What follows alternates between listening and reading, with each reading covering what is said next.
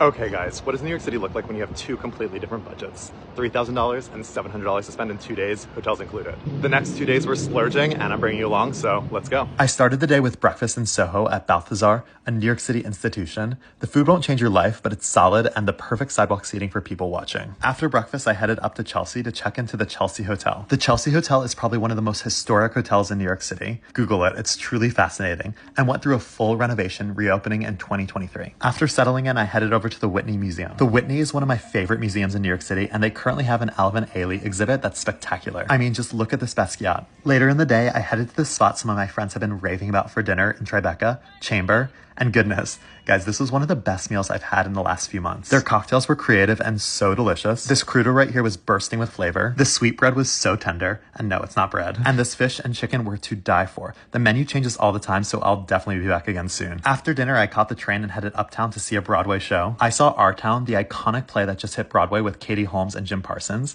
It was way deeper and more profound than I expected, and by the end, half the audience was in tears. Pebble Bar is my favorite bar to go to after a show, and as always, it did not disappoint.